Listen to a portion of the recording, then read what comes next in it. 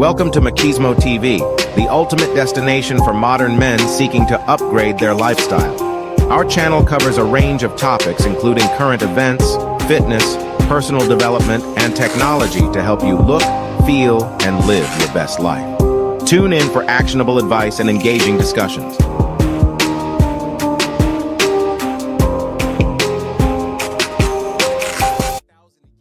We the willing, led by the unknowing, are doing the impossible for the ungrateful. We have done so much, with so little for so long, we are now qualified to do anything, with nothing.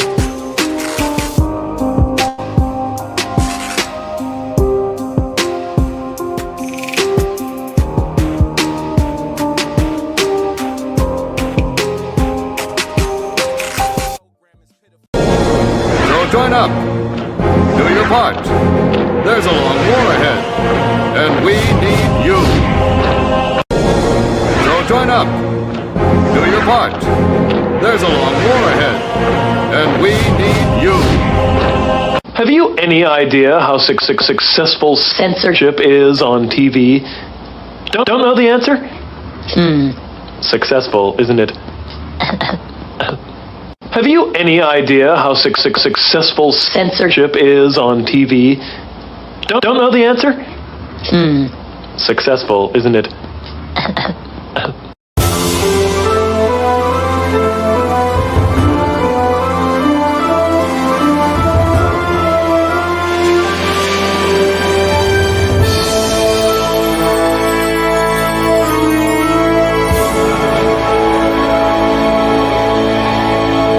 About how we can better ourselves and further ourselves, further your mind, you know what I'm saying? I ain't gon' wear my trust on the last one. Let's be clear, this is I ain't gon' be no love when the bed don't sleep. invasion. Deep pressure feelings in the middle of the street. When you was at your lowest, tell me where the hoes was at. When you was at your lowest, tell me where the bros was at. 3:30 in the morning, scroll through the call up.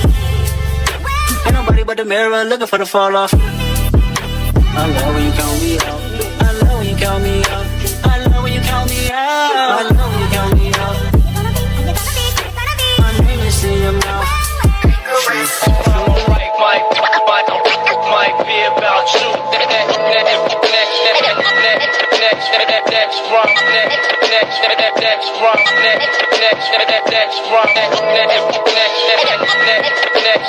Next run, might be about you. Conductor. Welcome to the new rule era. Yo. This that purple taking for Cody vibes. Hey yo. Imagine getting murdered with the case in the Sub Village. It sure is. Yeah. DJ Drama. Hey yo, I'ma take it back to the ski mask Chanel. See yo with my mail, I can never fail. I can be through you, I can tell you a tale. You ain't never ate roots, Chris in a cell. Everything grab, you moving at a pace of a snail. Supreme clientele, cause my cocaine pal is rap doing alright. My dope house well with Egypt, reading Portland's Cutter doing well on a mountain. R&B pictures on my bandwagon. Boxes cost 500, I got my pants sagging. If you had to drive 50 miles, you was head cracking. Back when I popped the Infinite, I had the less swag. True story, I could get anything done. Runway, Gucci, jeans, shoe, hair in the bar, Santorini, black sand, dick sucks in the sun. The top 3 and not 3 and 2, but I'm the Vanetta love. See me, I'm the model type. Balenciaga torty with the piranha bites. Ace rolls on ice. Hit you broad day, fuck you in the pole lights. Nigga, I'm dose nice. Returning the boom back with $2 million on the wrist. DJ Drama. The following announcement has been paid for by the New World Order.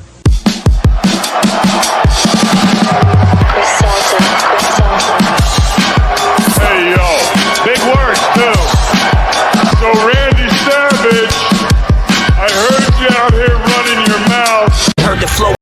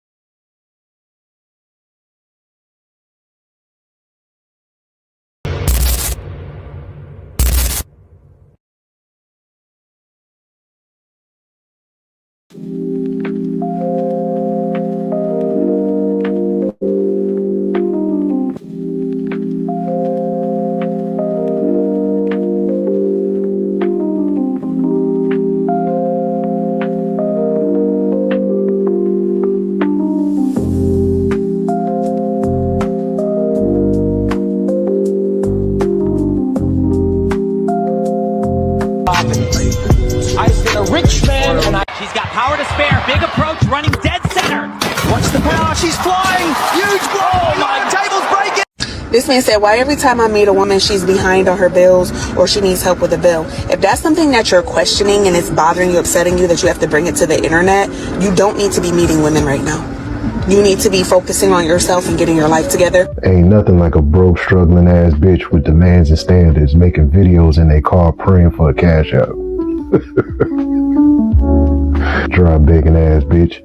Do you think that this person is a patriot or a traitor? That's a fuck nigga. Why do you say that? When he became president, he spent more of his time to put LGBTQ into power than he did for his own race. And it doesn't have to be about race, but I mean, dude, you're the first nigga president, you expect you to do nigga shit. The closest thing he did to doing anything for niggas was changing his tennis court and turn it into a basketball court. Outside of that, he made homosexual marriage completely legal. We started having civil unrest like we never seen before. BLM was created, Me Too was created. All these political companies and organizations were created through him, and nothing that was truly peaceful. Conservatives got targeted, falsely labeled as racist through his reign. He's a complete traitor. He was here to only conquer and divide, and he accomplished that goal. Damn.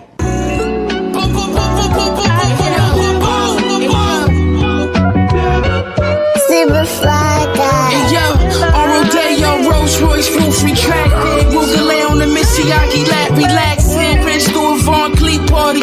Max and Sack shopping bags, had a blood back in front of morning. Dope bash on my Reese Cooper coattail.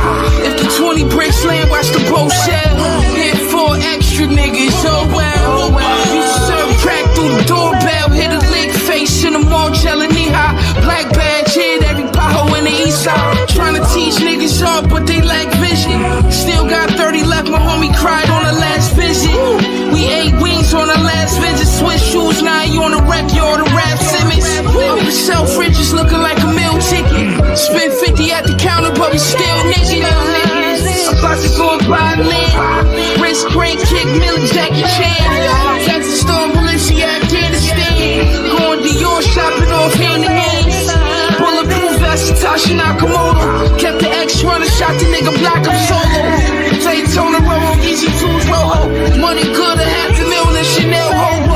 I'm the pinnacle, see through your subliminals. Buy everything twice, 2 Louis racks identical. Style minimum, style like Larry Davis. See through Celine tank top, Celine trainers. Just came from a headshot, brains in.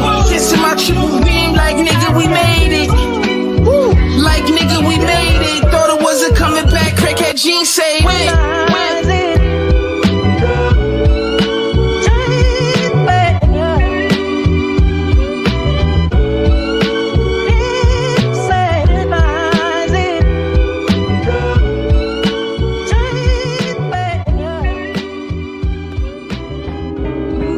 Damn.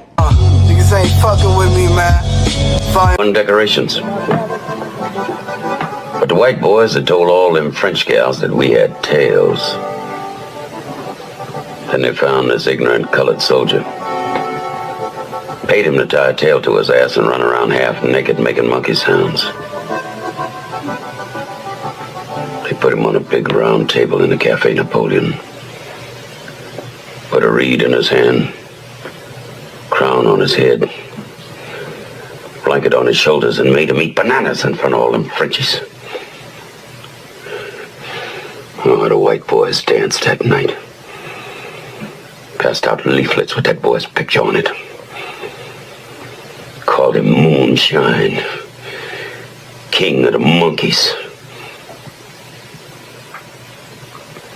And when we slit his throat, you know that fool asked us what he had done wrong.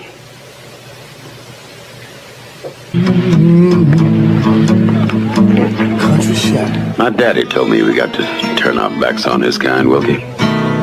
Close our ranks to the chitlins, the collard greens, the cornbread style. We are men, soldiers, and I don't intend for our race to be cheated out of its place of honor and respect in this war. The pupils born from the gaze of the sunlight. Trying to go legit this time with no gunfight. Straight flights to Ghana. My man got the gold connect. Bow-legged dude with chicks on deck. He got Navy sailors moving their crypto specs. Maybach Hummer, sound like a discotheque. His brother Stan blew off his own hand. He's in the mausoleums, couldn't show his wrist back on. It's in the Coliseum. The monster's out, straight down in the opera house. Scorpion pendant, red stone in a lobster mouth. Diamonds embroidered in the Chinaware, speaking through Tesla phones. Tucked behind the ear, Snow White Royce, guts red with lasagna chairs. Scarface party was raw with mad lines in there. Everybody holding, rock wallets, mad nines in there. Hitters with gold fronts frontin', what's the concierge? 50 years of hip hop, New York is the mascot. City is the backdrop, one more you can holler at me. You can holler at me. That I gotta be the best of them all. That's just cut and dried. I'm the best. Whether you like it or not, you're looking at, the greatest, the best looking man, the best dressed man.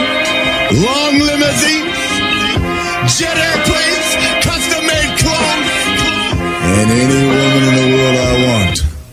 Just like that. You know what? Let's face it. If you're not carrying the big gold, you're second best no matter what you tell yourself. So gear up, ladies and gentlemen. Get used to it. Who you're looking at the man. The almighty, the legendary West Side. Hollow be thy name. Are you really ready? Fly God himself. You're looking at the man.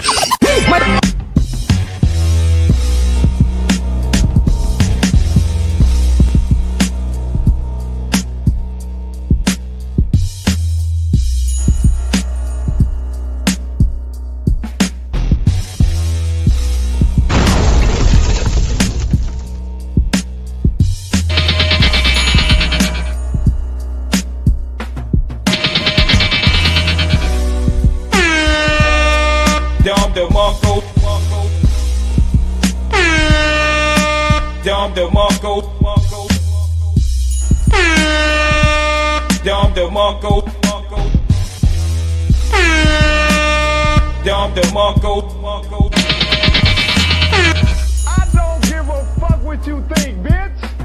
I don't give a fuck what you think, bitch. I don't give a fuck what you think, bitch. I don't. Because we're in a fucking gynocracy, god damn it! Because we're in a fucking gynocracy, god damn it! You son of a bitch! You son of a bitch! You son of a bitch! You son of a bitch! You son of a bitch! Dom DeMarco. Dom DeMarco. Dom DeMarco. Dom DeMarco. Dom DeMarco. Dom DeMarco. Your girlfriend's favorite DJ. I don't understand what's going on here. Is in the mix.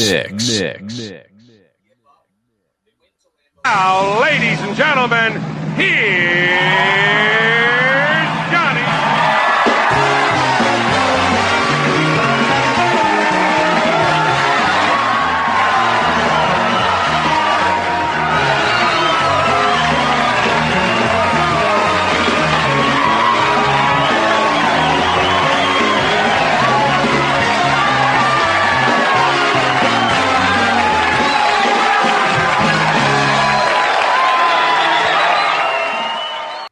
Show will begin now. Yo, what's up? Salute to the chat. Thanks everybody for tuning in. Salute to the panel. Let me get a quick sound check. Saul, you in the place, Playboy? Saul? Mic check. Bang, there you go. Tito, let me get a sound check. Yeah, what up? You sound good. And Mr. O, let me get a sound check. Man, mic check 1 2 1 2. Okay, 1 2 1. Damn, Saul just dropped off. All right, he'll be back. He must be at the device. Oh, bang, there he goes. Let's try that shit again. Saul, you there? Yeah, mic check. All right, bet. Oh, here you go, man. Before we even get started, here I got a drop for you. I'd have to drop. Might have to drop a dime on them niggas. Sure. You know what I'm saying? Gotta stop. Oh, damn! That shit. For sure, bro. I don't like that shit.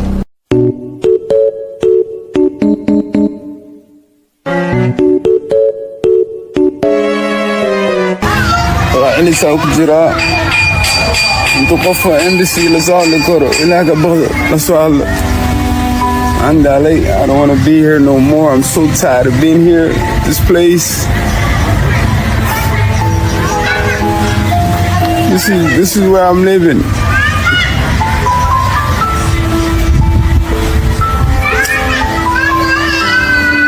I'm so tired of it. It's just like I want to go back. I don't want to be here no more. I don't cut my hair. I don't shave. I don't do nothing.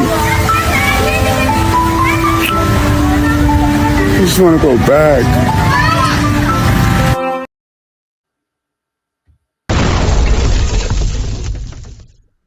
That Somali gentleman loved this country so much, more than he loved the United States, that we send him back to Mogadishu. Salute to him. What up, International Quiet Storm, Kwame Kaiju, Outspoken Introvert, Universal Black, No News. All right, I see y'all piling in.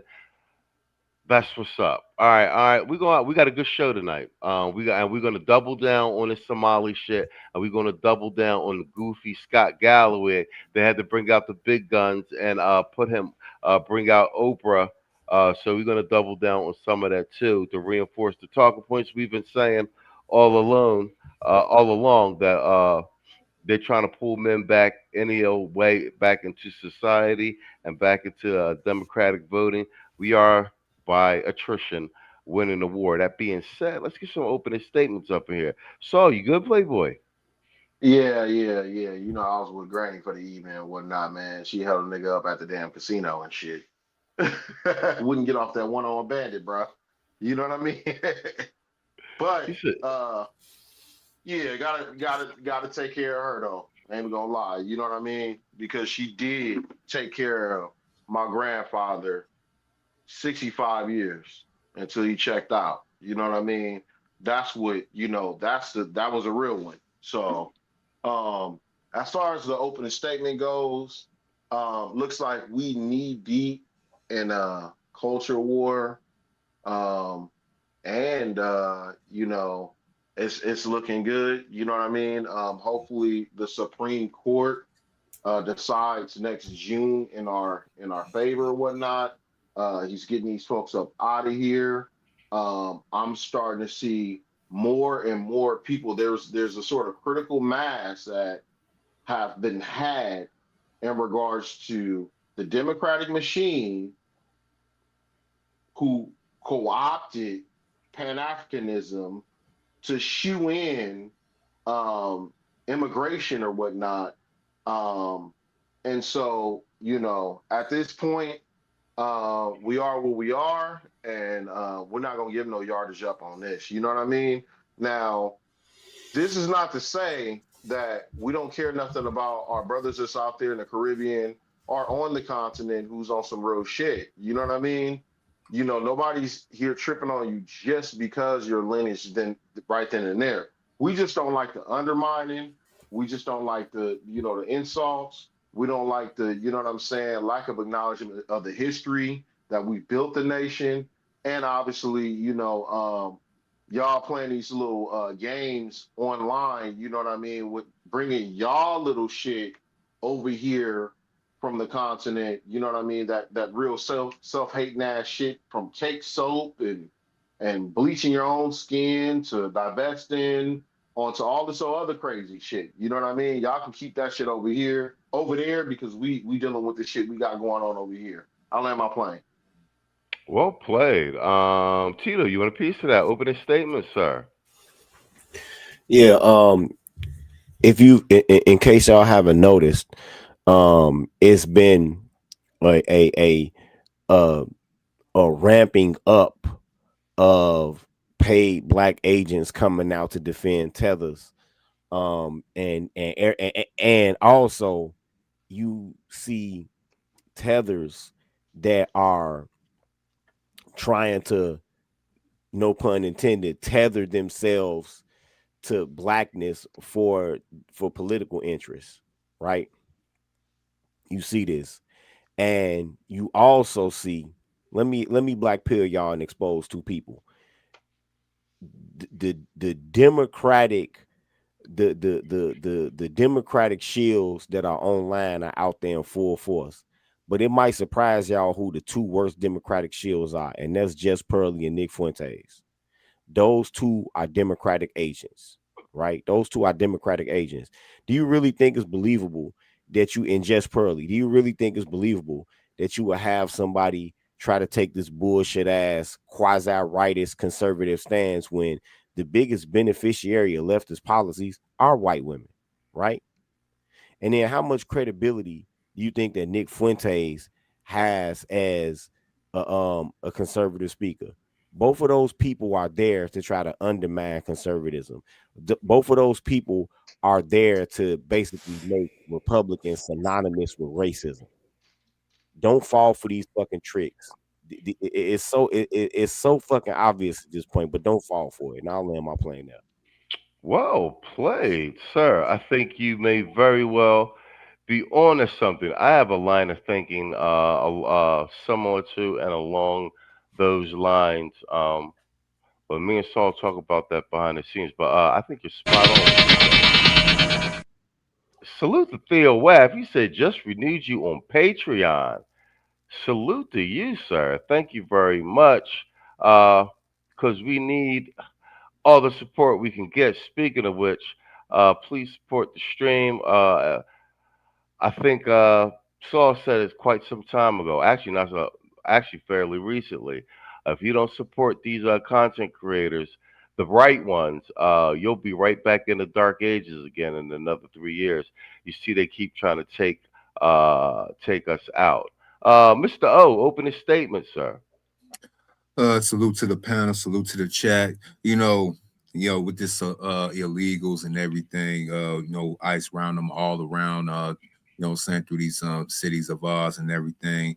Even though we have a lot of people in high places, Congress and Senate trying to stop this shenanigans. I am so glad that right now Jasmine Crockett has been basically kicked off of her little so-called district. We don't know if she's gonna have to go ahead and do another district or something like that, but we can see that our so-called voices is being used and is being used for righteous things.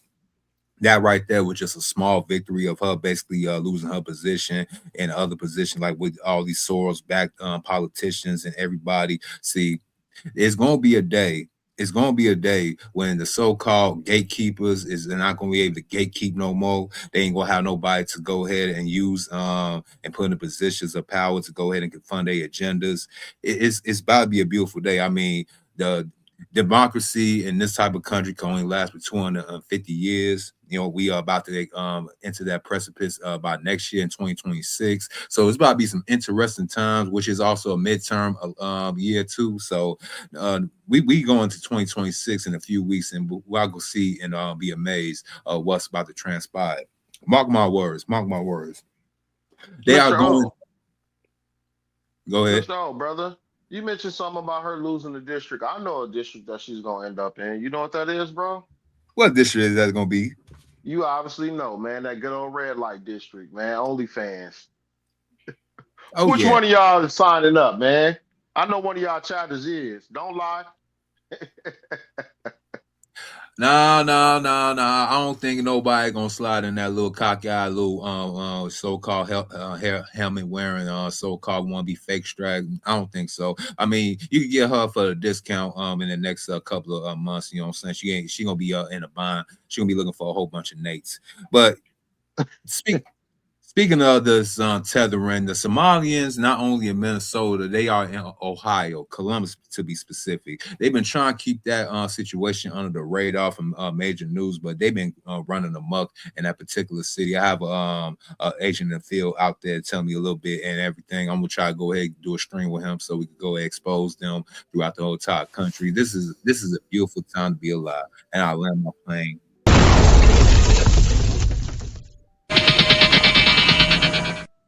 All right, well played, gentlemen. We off to the races. All right, meat of the show is going. We're gonna double down on the Somali thing, and then we're gonna kick Oprah and Scott Galloway in the teeth. And shout out to all the content creators that are smart enough to peep the move. And I see they've been making the content on it. Like that's the one saving grace with some of this fuckery. Oh, I forgot I added some eye candy in this intro. But what I want to do is Saul sent me this. So let's start off. Let's do the opening segment. And this one is, and Saul, I'm gonna let you take this at the top. Said protesters demand removal of Compton's chairman of public safety, and this has something to do also with local black politicians trying to hold the line against the immigrant onslaught and usurping any type of political leverage that we have locally. So let me add this to the stage and move. Bang, let's go. And no news. We see you, man. Nah, hell nah, man. I knew one of y'all was gonna do it.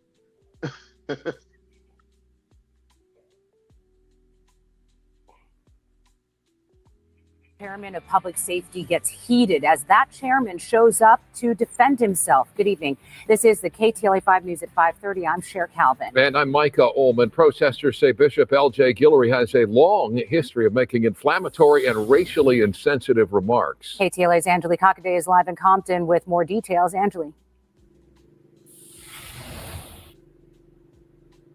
Well, Sharon, Micah, they say these comments, insensitive comments towards the Latino community have been going on for years, and they are demanding action from both the mayor and city council. But I also spoke with the bishop today, and he says they want him out because of his criminal history. Either way, things turned violent.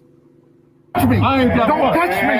Don't touch me! A chaotic scene unfolded just steps away from Compton City Hall Friday morning during a press conference where community activists gathered to call for the removal of the city's chairman of public safety, Bishop L.J. Guillory. For 9 months, we have sought accountability. It started off peaceful. KTLA first interviewing Guillory, who showed up to defend himself. I will not step down with it. I will not bow or cave. Before hearing from Latino community members who say Guillory's anti-Latino comments during a tough year of immigration crackdowns and ICE raids make him unfit to serve both the black and brown communities that make up Compton. You don't say those horrible things about the Mexicans and the Latino and the immigrants. The tone took a 180 when Compton resident and longtime activist Najee Ali, who called the news conference, referenced Guillory's past criminal history. At the end of the day, no one cares about his criminal record. No one cares about his criminal record. That's when you can see Guillory moving toward Ali. Don't touch me! Don't touch me! Don't touch me! Don't touch me!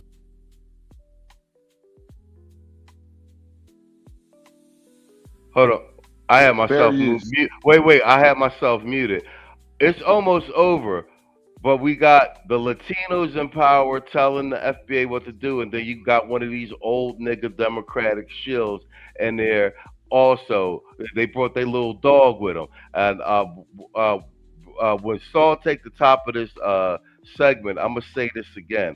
All of this, what's going on with the Somalis, this right here is the outgrowth of all these boomer old niggas handing down all this bad political advice for decades, telling you that your vote don't matter, all this, or the vote blue no matter who, and it's just two different wings of the same bird, and right under your fucking noses, you got the Somalians then took over Minnesota, and they're using the same resources, and they organized they vote, and now they ruling over you, sending your money overseas to fucking Somalia or whatnot, and you got the Latinos down here telling you who the fuck you can run an office and everything.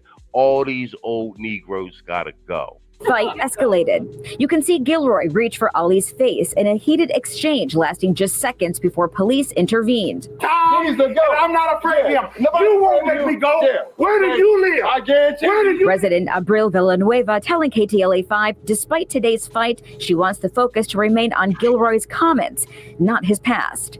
I believe in second chances. However, when he's threatening us that he's going to call immigration czar just because we're Latino, that's an issue.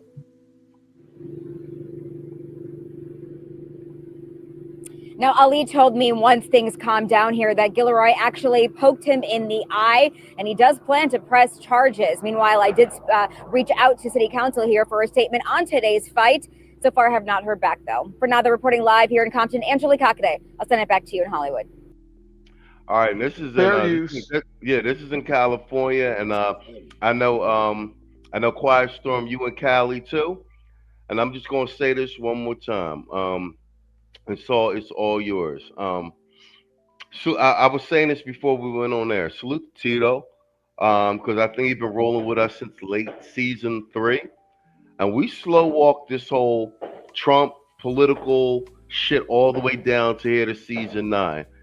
And if it was left up to these goofy old niggas, y'all still be voting for Kamala. We wouldn't even be able to have this conversation. We headed in 12 months to the midterms. I ain't never seen Negroes in the last X amount of decades talking about midterm fucking politics. So salute to us for that. You see what I'm saying? And now we seeing it happen in real time. All this bad political information these old niggas gave you, and you got the Somalians with their foot on your neck, the Mexicans with the foot on their neck. And what did they do? They did the same thing the old niggas told you not to do. Organize your vote, know about policy you want, etc., etc. So salute to us. Go ahead, Saul. So here's the first thing in the analysis. But before I do want to address a comment earlier. Somebody said that Kamala is trying to reach back, whatnot. We're gonna need that footage just so we can get in her ass as well later on. Just FYI, you know what I mean? So if you all, if you there, cloud watching and stuff like that, find a way to get it to us, community tab, email or whatnot, and just so that we can pick it up. I don't know if you caught that, Machismo. Just FYI. I want to say it was the outspoken introvert might have said something earlier about that. It's cool. I'll keep an eye out for it. Okay. So as far as this goes, okay, one guy, the bishop, it's almost like that Flint, Michigan city councilman who is very vocal and unapologetic about where he stands, okay, right? Very rarely do we see old ninjas hold the line. And those guys we gotta go on ahead and give our salutes and applaud to, because that's the type of masculinity we're used to, unapologetically. You know, people to the likes of like Judge Joe Brown and a few others. There's a few others out there. I will give credit to that, but the vast majority of them are full of it. So this guy here is one example of that, okay? So Compton, as far as Southern California goes, is supposed to be at its height a bastion of Black progress. Had the Dollar Hides, some of the first Black mayors of a major city in the U.S. And it was a thriving suburb, and we already know what happened, when crack came in. But we got to give Compton its credit, in its early stages, as a phenomenal Black suburb, right? And so over time, and after the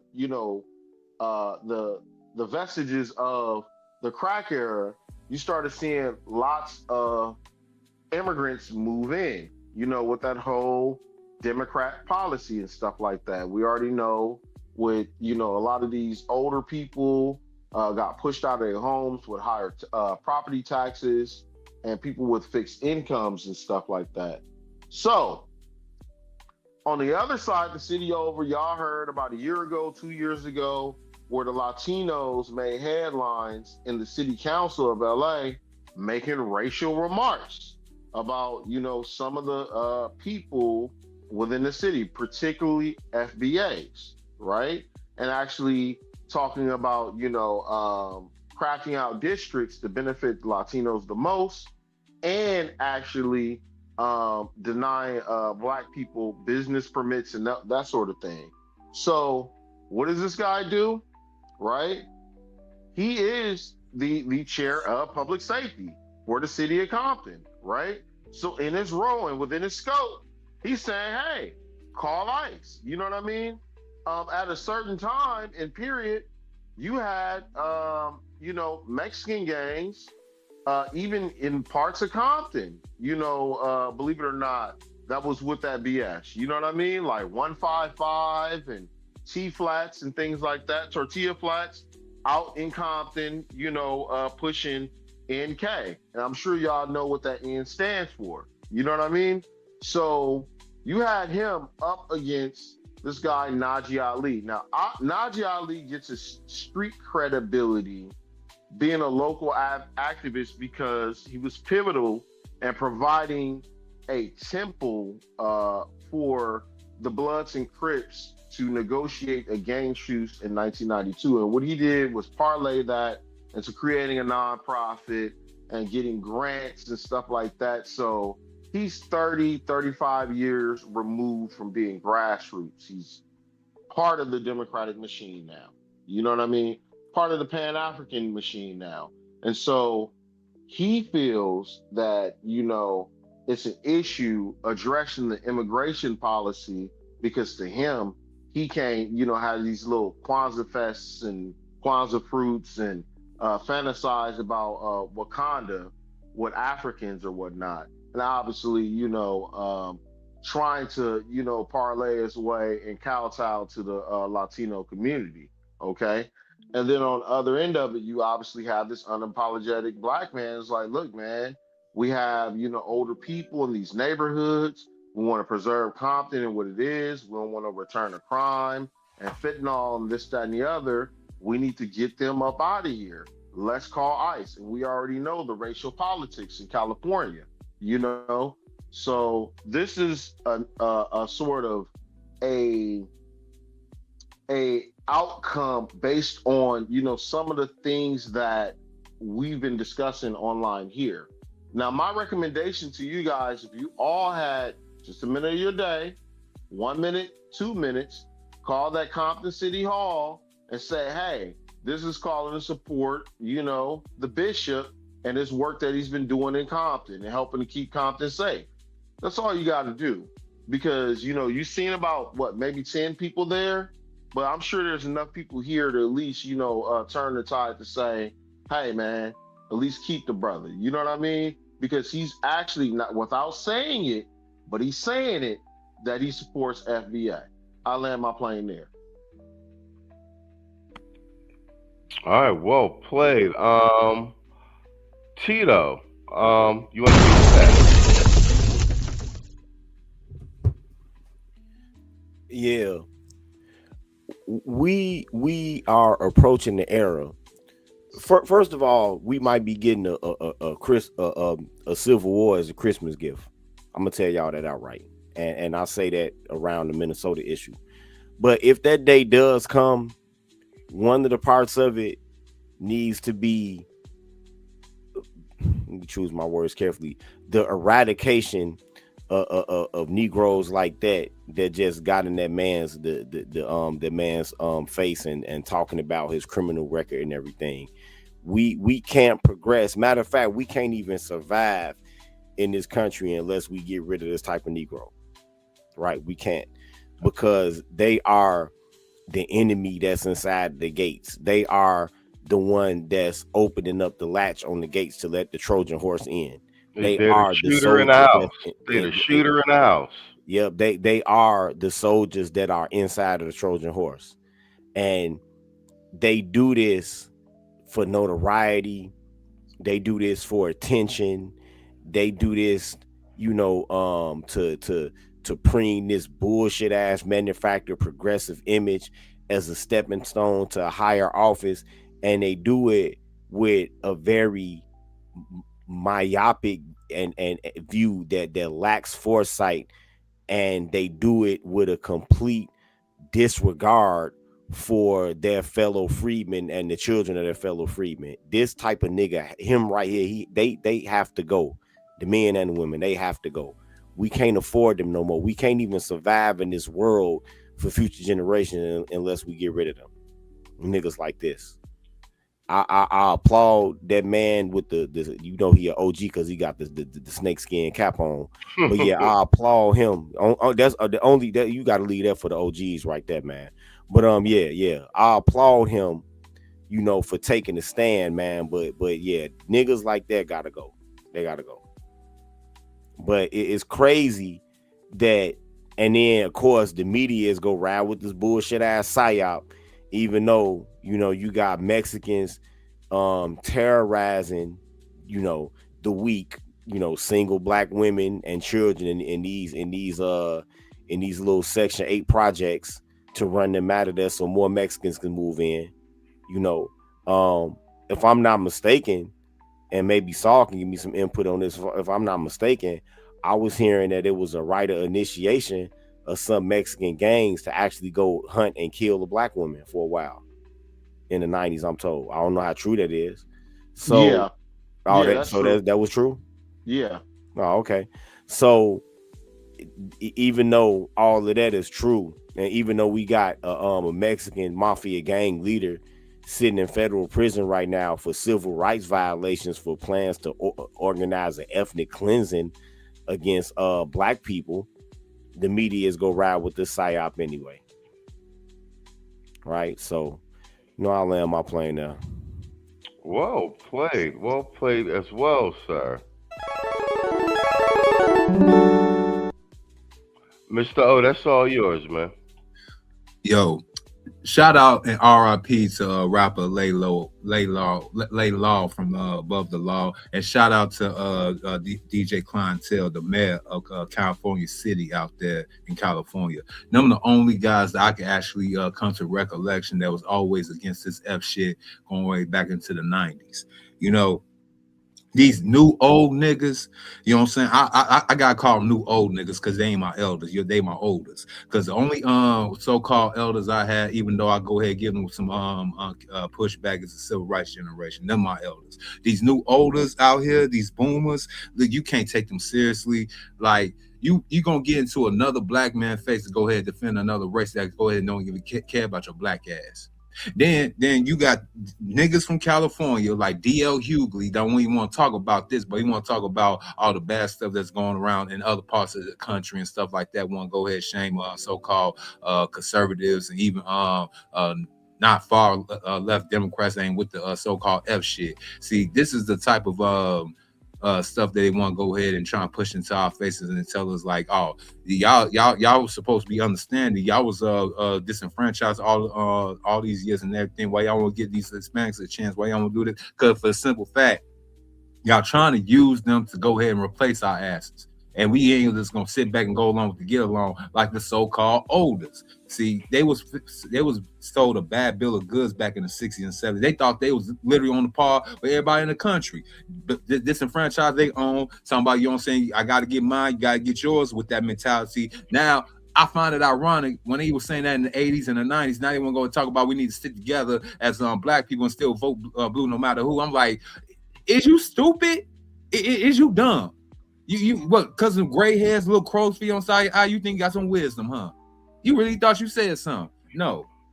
We is not about to go ahead with that programming. Thank God for the machismo sphere. You know what I'm saying? Us on this panel. You know, we gotta go ahead and say this. Like the old heads of yesteryear really did so as a bad bill of goods. They're trying to come back with the reach back like Keisha's and them right now and tell us like, oh, it's gonna be okay. Just do what we say do. You know, look, do what we say now. Yeah, no, I'm not hearing that. Because I'm seeing two black men on camera. You know what I'm saying? In the last part of what's probably the only black part of California in LA County, the city of LA. You say Inglewood's the last one. You know what I'm saying? So what's gonna be? Y'all gonna go ahead and just keep on just not listening to us. Y'all gonna listen to the so-called message. Y'all just gonna was like, oh, well, what can we do? We ain't got the numbers. And I say, you know what? Just go ahead and fall on your sword then and don't say nothing when the election comes next year. And when they go ahead and redistrict them cities, them towns, and put your ass in the FEMA camps, don't say we ain't try to warn you. I'll land my plane there. All right, cool. That's a good warm up. All right, let's just jump right into this fucking Somali shit. I know everybody been paying attention to what's going on. And we're gonna double and triple down. We at the 45-minute mark. So I'm gonna play this little bit of montage, do a round robin. and I'm gonna play like 2 more, and then we'll end the show with the Scott Galloway segment. But this Somali shit deserves a lot of attention because there are so many things happening on so many different levels. One in terms of our actual rights, resources, and political power being usurped right under our noses. And what worst of all, and insult to injury, they didn't do it by force. They did it using the same voting rights and resources that we fought and have available to us. But we had a whole generation of boomers telling us not to use our own resources. I mean, it's so bad. I mean, let this election shit aside, we got to do whole streams telling niggas to file police reports on bitches and shit. While they've been doing that shit to us for decades, bro. We got a lot of motherfucking work to do. Let me remove this. All right, so let's do this first Somali segment. And this one is a salute to A Righteous Perspective. So he's a veteran, another black man who does political content. Like I said, we in the right niche. He's got 532,000 subscribers. So there is an audience for black men talking politics. Let's go. This right here is a breakdown of how much time each of these networks right here have spent on what I believe is supposed to be the biggest story in America right now. Yeah. See, when a current sitting governor, the commander-in-chief of Minnesota, is caught up in a multi-billion-dollar fraud, embezzling taxpayer dollars in order to siphon that money into the pockets of illegal immigrants, or specifically, an 80 percentile of Somalians who are being paid by the government to chill. Yeah, when that whole thing gets exposed, according to ABC, CBS, and NBC, aka the mainstream propaganda machine, that is considered a non-story. And by the way, for anybody who's trying to call this whole thing racism,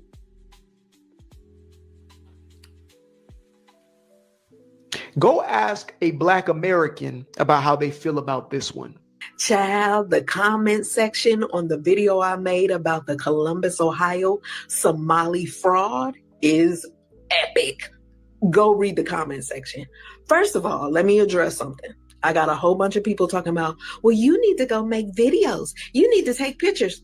Child, do I look like Eyewitness News to you? Do I look like a private investigator? And do I look like I can fight pirates? I cannot.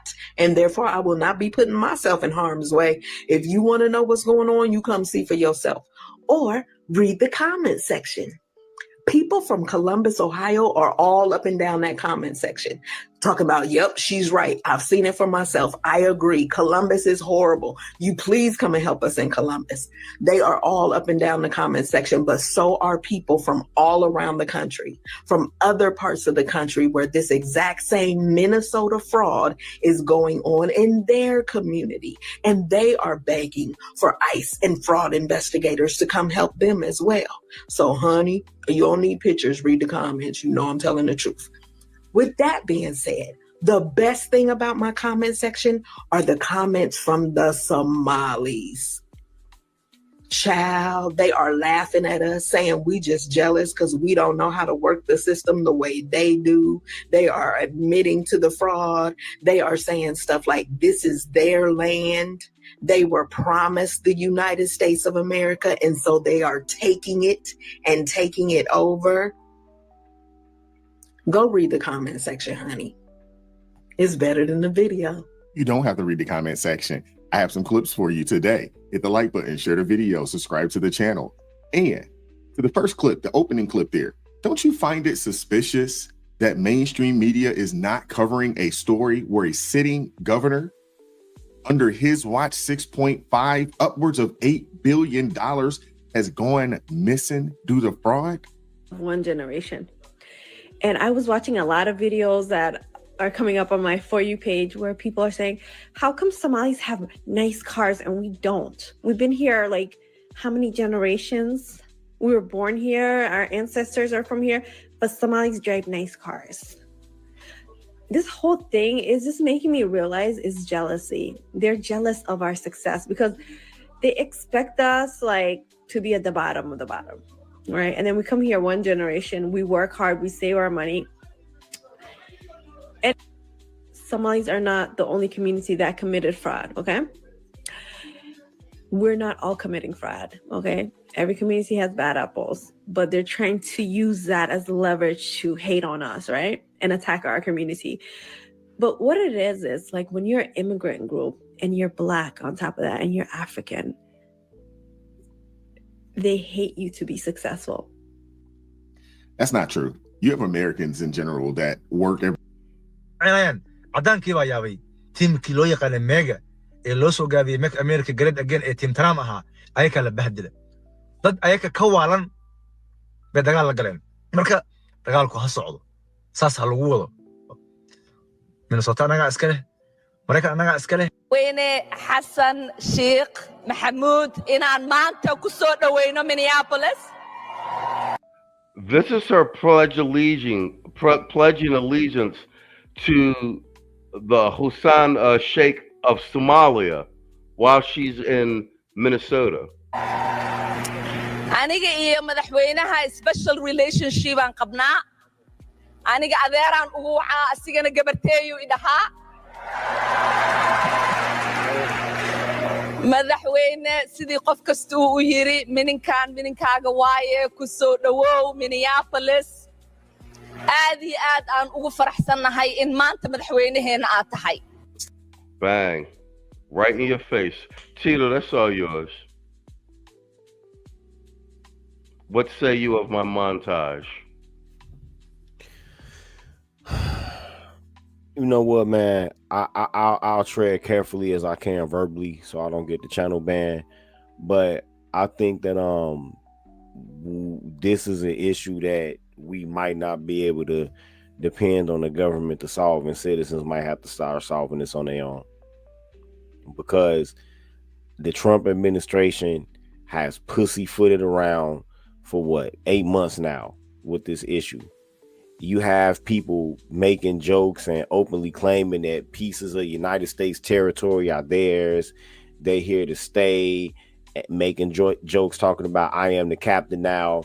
And they making jokes while there's multiple videos of the largesse that these Somalis are living off of. I saw a video the other day that blew my mind where and all of the top elected officials that are citizens in Minnesota, like Tim Waltz and all of them are getting paid kickbacks off of this too, by the way.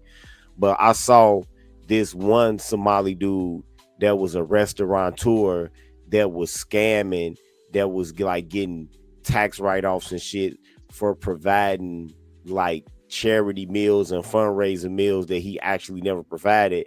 And so he was had a fraud case with the government, but he had this house that had like an indoor pool, an indoor basketball court, all built off of that money. And so that's a easily accessible video on social media across like 5 different platforms, and you got these people scamming, living like that, while you got people that citizens working themselves to death, living paycheck to paycheck, and eventually there's gonna come a breaking point, right? And then I saw people in the comment section talking about some, oh well, you know, when they finally adjudicate the case, they can take the house and sell it and get the taxpayers' money back. And I left a comment like, so who are they supposed to sell that house to? That's not a house, that's a fucking palace. Who are they gonna sell it to? An NBA player? Who are they selling that to? Like who they selling to? So the government isn't acting fast enough, and it might be time for regular citizens to give these people a reason to leave. If they thought they was fleeing, you know, persecution where they from, you know, wait till they see what Americans have in store for them. And I'll land my plane now.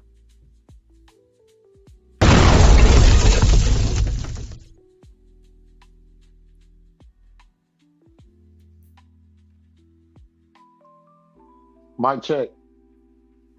That's me. It muted me. Mr. O, you want a piece of that? Well played, Tito. Of course I do. You know, hearing from Somalians, you know, when you hear Somalians say FBAs think they're better, I'll be like, yeah, because we are.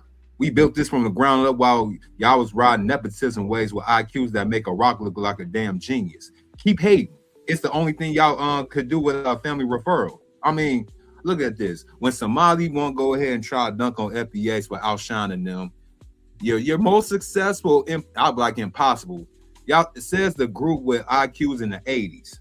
Propped up by endless nepotism chains, these liberals go ahead and feed in their pockets with the SNAP benefits and everything. FBAs we don't need relatives rigging the game. We are the game. And let me go ahead and do a whole what's the name. Thank you for that question. It's a timely one, especially as these stories continue to unfold in real time. Let's cut through the noise. What we are seeing in Minnesota under Governor Tim Walz isn't just mismanagement. It's a pattern of lax oversight that cost taxpayers over $1 billion in fraud schemes. Much of it tied to social services programs exploited by the networks in the Somali community, including some involving undocumented immigrants. And while Columbus, Ohio isn't directly under Walz's watch, the parallels there with the Somali-led nonprofits mishandling millions in federal relief funds raise serious questions about how liberal policies at the state and federal levels enable this without accountability. Let's start with Minnesota. Whistleblowers from the Department of Human Services have come forward accusing Walz of administration of ignoring red flags on fraud as far as back as 2019, well before the so-called vid amplified the problem. We're talking about schemes like the Feeding Our Future scandal, where operators siphon off hundreds of millions meant for children nutrition, right? Often funneled through the fake schools and ministries tied to Somali immigrants. SNAP benefits, Medicaid, even driver's license for undocumented folks. Walz signed laws expanding access to these and now federal probes, including from the House Oversight Committee. We are digging into these whether his office turned a blind eye to protect political allies. Yeah, the Trump administration's recent ICE sweeps is in Twin Cities talking to these people and everything linked to the frauds. We just gonna see how it's gonna transpire. Now let's pivot to the Columbus, Ohio, second largest Somali community. It has skeletons too. Yo, take the Somali Community Access Network, SOCAN, a nonprofit with deep ties to the Democratic figures like State Representative Ishmael Mohammed. Despite audits revealing massive mismanagement, millions in the so-called vid relief funds unaccounted for, with reports of corruption and self-dealing, they secure another $350,000 in taxpayer dollars in just months.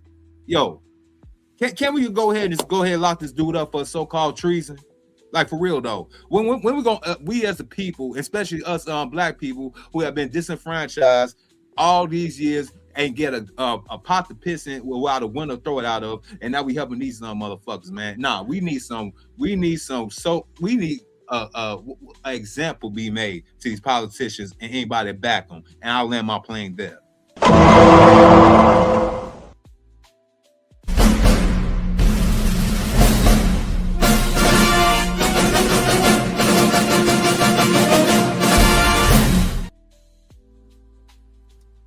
Okay, I see how you picked up halfway through your segment. I ain't realize you had some source notes.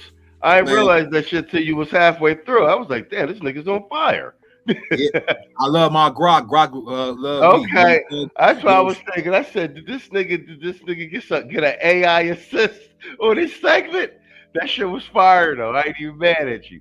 So that's why don't you take us home? I saved you the bookend this shit. I say this. Everybody was crying about Doge, right?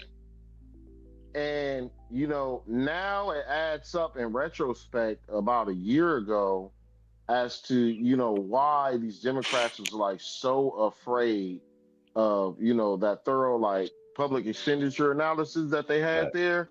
And that forensic accounting, because it was going to turn up some stuff. You know what I mean? So, Like, and now you're starting to see other people's lodge complaints and give referrals and stuff like that. Everybody's on that ass now. You know what I mean? It's blood in the water. So, you know, I mean, outside of this whole Minnesota thing, obviously, I hope they come to California and rip this state apart. We already seen what the fuck happened with the high speed rail.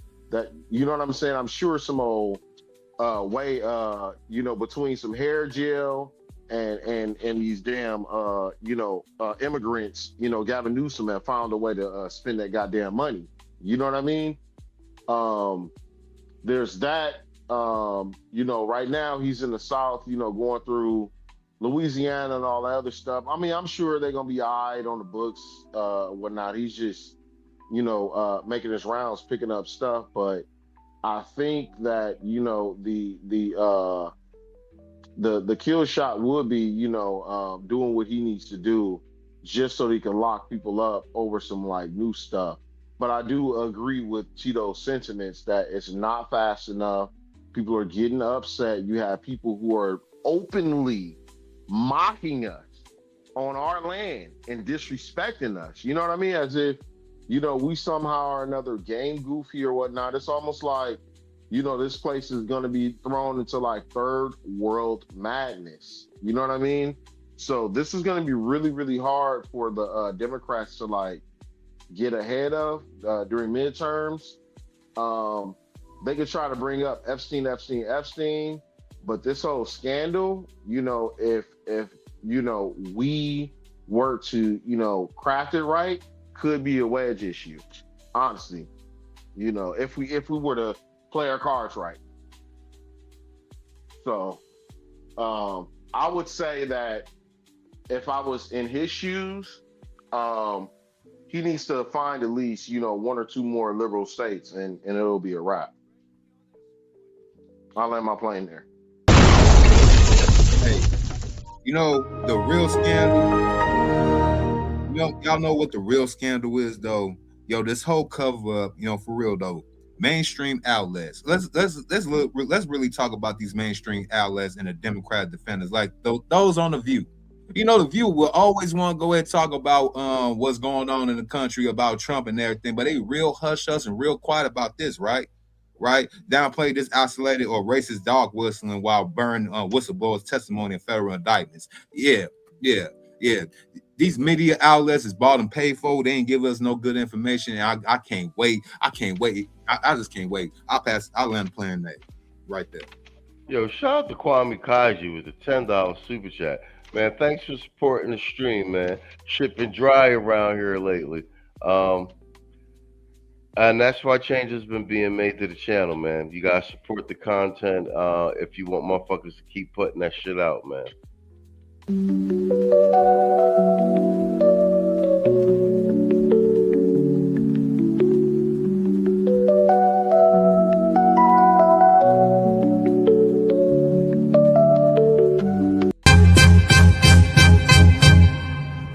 Man, fuck all you hoes.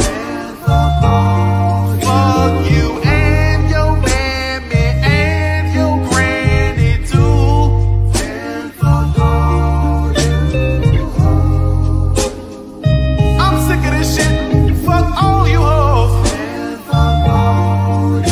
Don't give a damn, bitch, what you wanna do. Fuck all you hoes. All right, but we're gonna do another one of these segments because this Somalia shit, the news is everywhere. Speaking of old niggas giving out bad advice, look, now that he's ready to make a statement about the Somalis, he got the dashiki on, and never forget this nigga is Haitian. Could not stand. I absolutely could not stand when we see these folks, these immigrants from all around the country. Couldn't stand it. Just couldn't stand it. And they attacked, of course, Haitians in Springfield. They were attacking, you know, they've been attacking people of color all around the country. Somalians ripped off that state for billions of dollars, and they contribute nothing. The welfare is like 88%. We're going to go the wrong way if we keep taking in garbage into our country. Ilhan Omar is garbage. When they come from hell and they complain and do nothing but bitch, we don't want them in our country. It's just funny about bitching. Congresswoman, do you agree with President Trump's assumption that you married your brother to get citizenship? 3,500 yards. Have you begun packing your bags for Somalia yet, Congresswoman Omar? Not going anywhere. So you're not? No, don't waste your energy on me. Do you have a message for President I Trump? will be here probably longer than Trump. Oh, do you have a message for Since President I Trump? am like a quarter of his age. Do you have anything else you'd like to say to He's an him? old man losing his mind. I don't know why he's obsessed with me. Interesting. Well, thank you, Congresswoman. Yeah, I hope he gets help. Thank you. Boy, oh boy, oh boy, oh boy, oh boy. So we got to continue our coverage of the crying jealousy, right? They're jealous of our success because they expect us like to be at the bottom of the bottom, right? And then we come here one generation, we work hard, we save our money. And Somalis are not the only community that committed fraud, okay? We're not all committing fraud, okay? Every community has bad apples, but they're trying to use that as leverage to hate on us, right? And attack our community. But what it is like when you're an immigrant group and you're Black on top of that and you're African, they hate you to be successful. Thank you everybody for being here. A couple of weeks ago, right-wing podcasters said Donald Trump should revoke temporary status for Somalis. 700 people. You see this? Minnesota state senator. They got their own sheriffs down there, senators, mayors,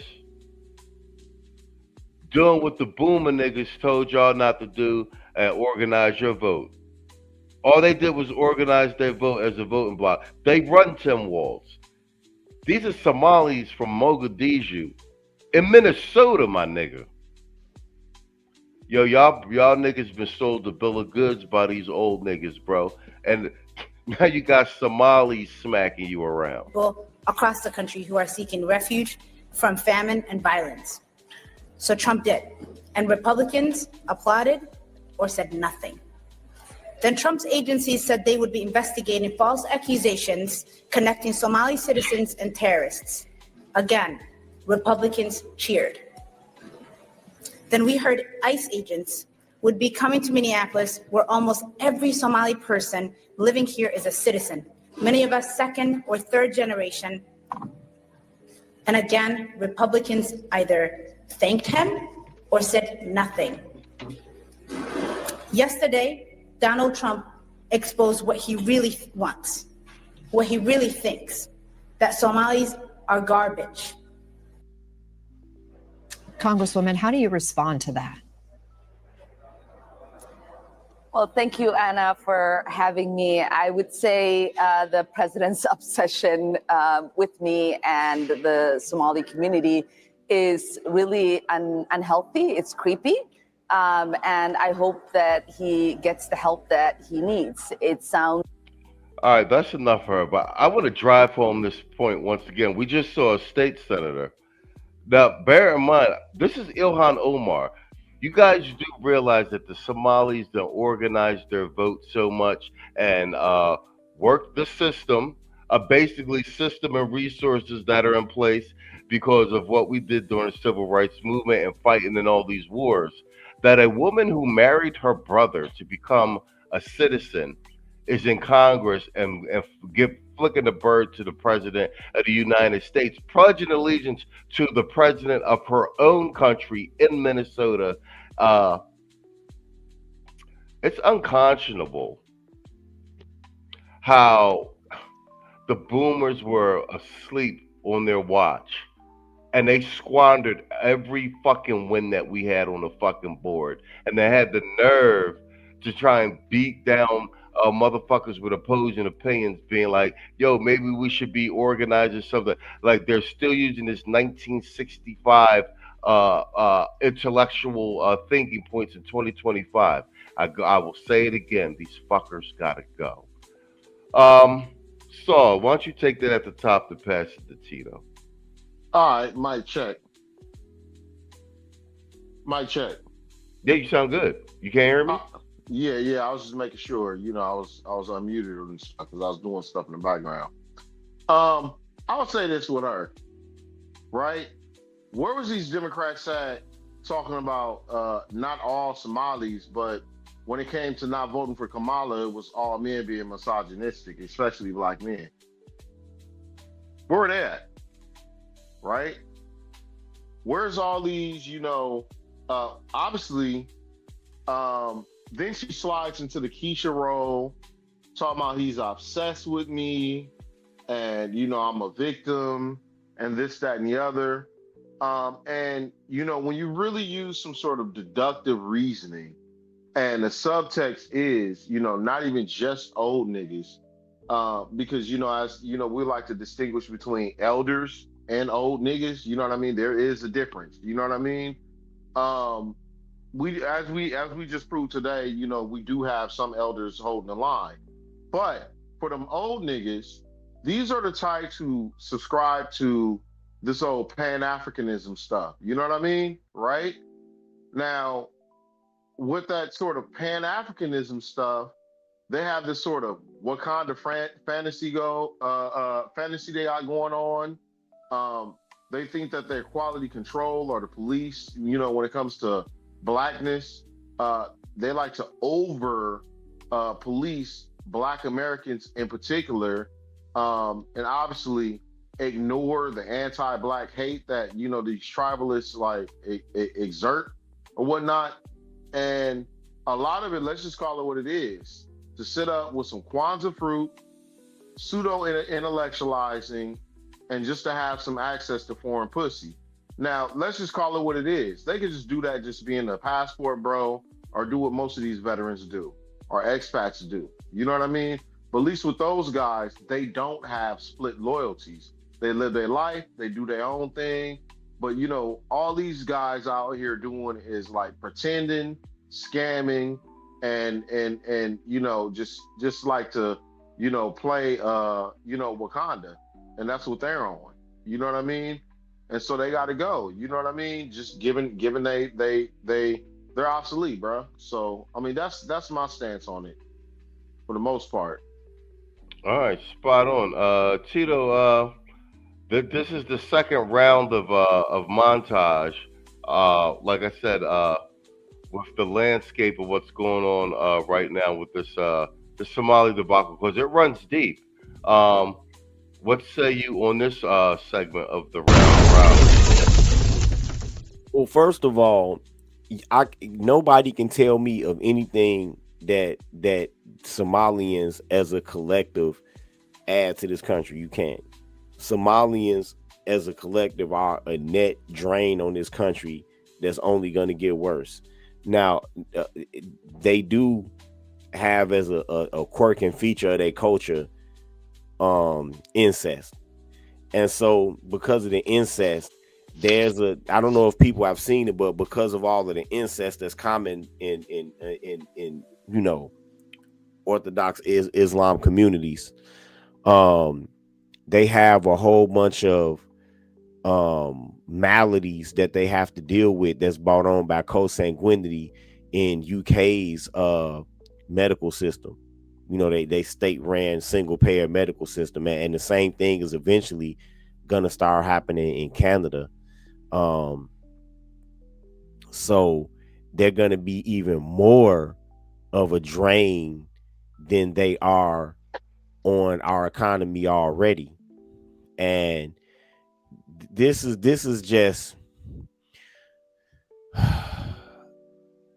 all of this immigration shit is the ramifications of a rationale that was adopted by Democrats post Reconstruction to try to mute the political power of so-called Black people.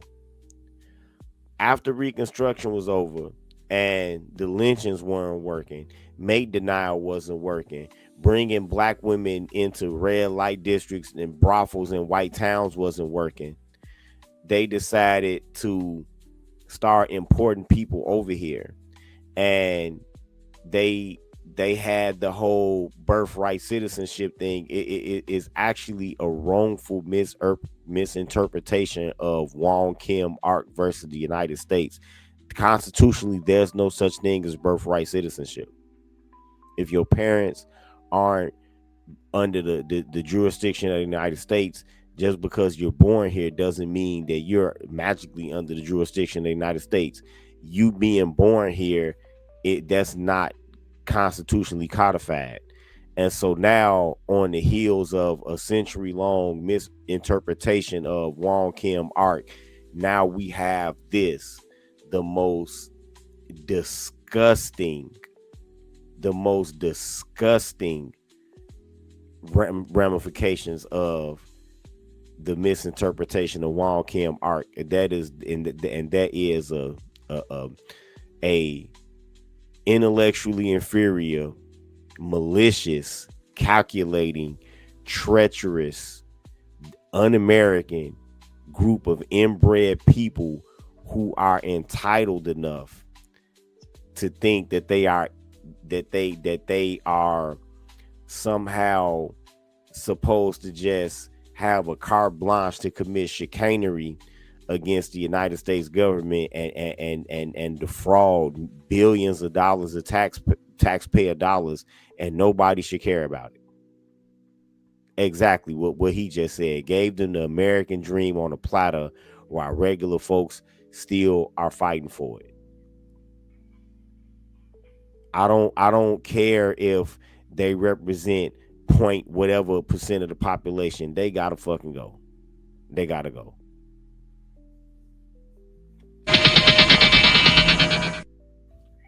That's spot on. Mr. O, that's you. Why don't you wrap up this segment for us, and we'll get into some Scott Galloway, Oprah Winfrey fuckery. They just not like us. They not like us. Look, we are Negroes here in America. This is not a Negro, so this is not a black issue. This is a Hamite on the screen. And just like other Hamites, they could always fake the funk, talking about we gotta stick together as, as colored people. But guess what? This bitch right here made a thing called the Mills Act that basically siphoned $1 billion out of all the pockets of people, especially FBA people in the state of Minnesota, in cities of St. Paul and Minneapolis. The same FBA people that roll with Prince, the Time, and all the in between, you know what I'm saying? Yeah, they just not like us, bro. And Roland, listen here, you fat bastard. Roland Martin defending Somali fraudsters. Yeah, bro, it's your time is up. Yeah. You know what I'm saying? You and you probably need to go on that Ozempic trip and probably lose some weight, and you could probably gain some credibility for once. But ladies and gentlemen, if fraud in Minnesota and Ohio, you know what I'm saying, with the $1 billion being stifled wasn't bad enough, often with these Somali-led networks under the lack of deliverable oversight, now we got the media. Our beautiful media that was basically given the go by another tether, another so-called Hamite by the name of Barack Obama, who basically said, "Oh yeah, you can say whatever you want on the thing, as long as you don't talk about liberals. Y'all cool." Now we're here. These same people want to go ahead. We got media cavalry riding on the defense, talking about xenophobic backlash. You know what I'm saying? We talked about Rolly Martin. We talked about The View. Never mind the federal indictments or whistleblowers that's tied to them, with the anti-immigration rhetoric. It's also about protecting the narrative over pursuing the truth. And don't get me started.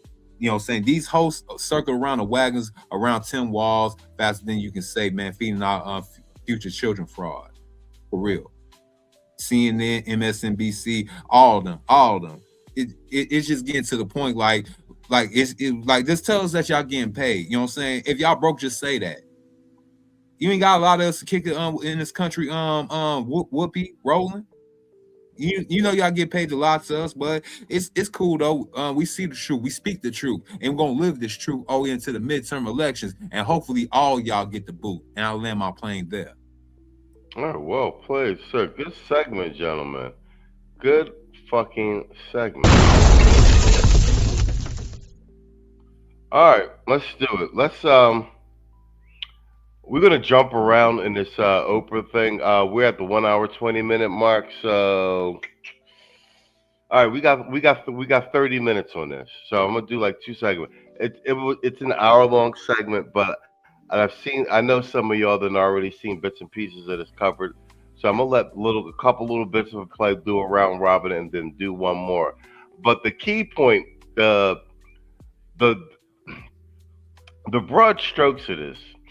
We've been covering Galloway since even prior to the book drop, but it's been a slow ramping up. All of the news outlets now making his way, and bear in mind, he has a podcast with Tarlov. That's the Democrat chick that's on the Five with the one that's always got the bad Democrat takes, the Five with Jesse Waters. So he's got a running podcast for it. So this is a full all out, and we're 12 months from the midterms. So his appearance on Oprah with a all male audience, which is not an Oprah thing, like it's a marketing psyop. And I've watched through a lot of this. I think most of these dudes in this fucking audience are crisis actors and gays. So it's like just more insult to injury. Shout out to Saul once again. More moderated masculinity.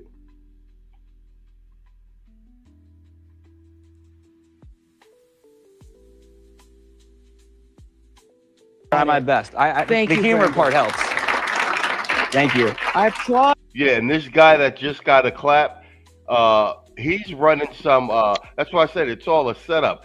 That like he posed as he was just a regular dude, and then at the end it was like, oh, and he goes around the country giving speeches to young men and getting them to open up about their feelings and everything. Bro, the whole shit's a I applaud psyop. you, Brandon, too, for being allowing yourself to be so vulnerable on that tape. That's why you got 5 million responses, because people respond to your heart. Yeah, that's what we need to hear. Oprah giving men advice. Jermaine is 25, and first, here's a quick look at one of his TikToks. America, I'm not gonna lie. I really think that us as men, the male power, we are literally having a crisis that nobody is talking about.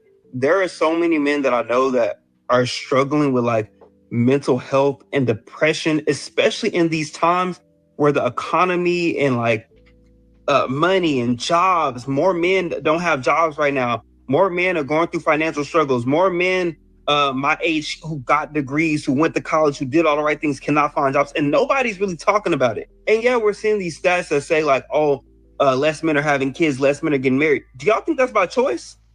That is not by choice. This is a TikTok. Tito, we was talking about these are paid operatives on TikTok. And he's probably batting for the other team. This is not our fathers and our grandfathers' economy. Why would I sit here and put myself in a bigger bind of trying to get married, have a kid, and buy a house if I can't even survive on my own? And I feel like nobody is talking about this. And eventually, this has to become a part of the public conversation as society is moving forward. Okay, we are having that conversation right now. We are. So asking, it's given. So what's your question? Yeah, I think my question, and related back to the video, is that I think we're having a conversation about men who are just, in the basement and just unsure where life is taking them. What we're not having the conversation about is men like me who did do the right things. You go to college, you have the right job, you don't really struggle necessarily with relationships or women or whatever, but you do have this kind of fear of, I'm doing all the right things. We talked about this before, though. This is on YouTube, and the comments are turned off. So that's how they're trying to do the mainstream media joint, like television, where you can't respond because they know they're gonna get cooked in the comments. Right now, at 25, how do I stay on track with the way the political climate is going, the way the economy is going? This is a whole new era that we're in, and so my question is just, what do you say to men who are 25, who are on the right path, doing the right things to stay focused and stay ahead of the curve for the future when it looks very unpredictable here in the United States? You just wish as you got older, you could wrap your arms around people and give them the confidence they deserve. If I had your looks, I'd be the leading candidate for the Democratic presidential nomination right now. Look, this pivots to solutions, but the reality is my generation and old people have figured out a way to continue to vote themselves more money. People over the age of 60 are 72% wealthier than 60-year-olds 40 years ago. People under the age of 40 are 24% less wealthy. Marriage is the new luxury item. If you're in the top quintile of income earning homes, there's a 4 in 5 chance you'll get married. If you're a man in the bottom quintile, there's a 1 in 5 chance you'll get married. They mimicked a lot of the talking points from down here with the stats that were compiled by white and black manosphere, and he's mimicking the some of the language pattern or certain stuff. No News said it right. This whole episode was fucking rage bait for real, man. Unfortunately, income as it relates to college, certification, confidence, the ability to put yourself in environments for mating, it's really unfortunate. It's now related to the income of your parents. So what I would suggest is the following. Realize that a lot of this is not your fault and forgive yourself. And 2, as citizens, there are common sense solutions, but they're not that romantic or don't make for good TikToks. We need $25 an hour minimum wage. We need, what would be the best? That's a Democrat talking point, that their policy. You see what I'm saying? They're trying to we were talking about that. Me, Saul, and Tito. They're not interested in making policy for men. They're trying to repackage their same financial policy and all of their fruit monger trans shit, but just put it in like a mail pack. They're trying to put it in a mail pack, and this is them actively focused grouping it in public. Look how staged this whole shit is. Look all these dudes. When is all that's happened with fucking Oprah? Best thing for young men right now, universal child care, where a man is at the grade. Yeah, so we know that we got Dr. Tia Johnson's bullet points on policy and stuff like that. There's stuff that the regular white manosphere wants. This motherfucker said the number one concern for men is universal child care. When at least for black men, over 50% of us are married without children. So how is that the number one concern and benefit for us? That universal child care is what they was offering the women during the Kamala campaign. They try to repackage it and give it to the men like that's, this shit is diabolical, bro. This risk of self-harm is in the year after he gets divorced. He loses his primary relationship. 1 out of 3 men no longer have contact with their children 6 years after divorce. That is the zone of suicide. And why do young people get divorced? Is it a lack of shared values? No. Is it an infidelity? No. It's financial strain. So if we want healthier, loving households, it's pretty damn easy. My generation needs to stop hoarding so much wealth with economic policies that benefit us. For the first time in our nation's history, in 275 years, a 30-year-old isn't doing as well as his or her parents were at the age. If there's any such thing as toxic masculinity, I think it's $280,000, which I bought when I was 28. But now my generation has weaponized college and housing. Once I get a degree in a house, I want the admissions rates to go down. And all of a sudden I become concerned with traffic and I don't like any more housing permits. This is pretty damn simple. We got to put more money in everyone's pocket here. I got to stop buttressing my own wealth with your credit card, deficit spending that elevates my wealth and robs economic opportunity from you. The greatest thing we could do about the loneliness crisis and the mating crisis, pretty damn simple. Put more money in They're trying to sell this loneliness crisis to men. Your pockets, full stop. Make sense? Makes sense. Makes sense. Thank you. Thank you, Jermaine. Let's talk about the term He's definitely a fruit. toxic masculinity. Yeah. Now, you say that this elicits all sorts of reactions, and you call that phrase the emperor of all oxymorons. What's your take? Well, I don't think there's any such thing as toxic masculinity. I think there's cruelty, there's abuse of power, there's violence. But masculinity is supposed to get in the way of those things. Women need to cross the street when they see men because they feel safer, right?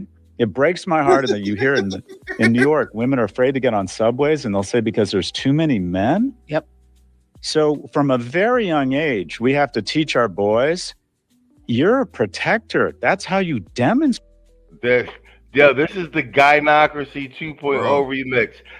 They turn you into a motherfucking utility. Tito, you want a piece of this?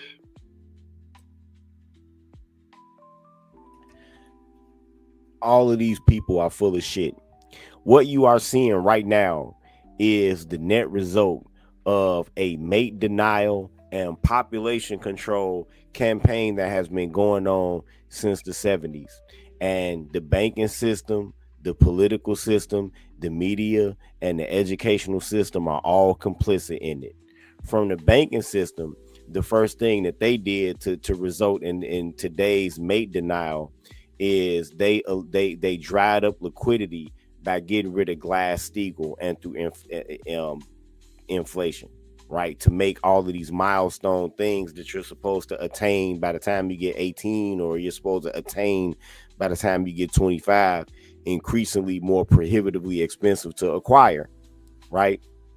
The media industrial complex was the first salvo. They began to muddy the waters of what masculinity was and all of the different roles that men are supposed to do, to the point we have the modern day environment where the juice literally isn't worth the squeeze, because you as a man are lured into a scam where you are doing all of your male gender roles and doing half or most of the female gender roles just so you won't be seen as sexist or just so you won't be seen as misogynist. Meanwhile, the woman just happily floats around the house existing as a fucking set of holes, right? The educational system assisted in this mate denial by the promotion of different gender departments and busy work jobs for bullshit titles for females. In other words, providing false credentials to attain to give false and meaningless jobs, therefore allowing women to increase their entitlement and their asking price and artificially higher standards, right? And of course the media assist in this, also social media, by promoting all of these content creators with all of these crazy ass talking points. It's real weird that in the same country where women was so hot for Tom Cruise and they was so hot for Cameron and Tupac, all of a sudden now they gotta have somebody 6'1". All of them niggas was short. But that just shows you the power of the psyop power that social media has, right? So all of these are parts of mate denial that has resulted in the climate that we have today. Universal basic income is not going to solve it. Raising minimum wage is not going to solve it. All these bullshit ass panels and dialogues are not going to solve it. This right here that Oprah is doing is just a futile attempt to try to win a few men back onto the plantation before the midterms. And I'll land my plane there. Spot on. Well played. So I'm gonna let you bookend this, but Mr. I see you wanted the piece of this at the top. Go ahead, it's all yours. Scott Galloway on Oprah preaching to men about vulnerability. Bro, y'all, this nigga is like a vegan at a steakhouse, preaching hard how the real men is ignoring how your liberal sermons is emasculating at first. Hey, Saul, what did you gonna say about these Geechies that's in the crowd right here? The representation. What was it called? Sosa?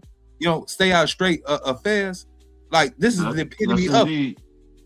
Yes, indeed. Sosa, stay out of straight affairs. They're interjecting themselves in it again. So Oprah worried about straight men now, right?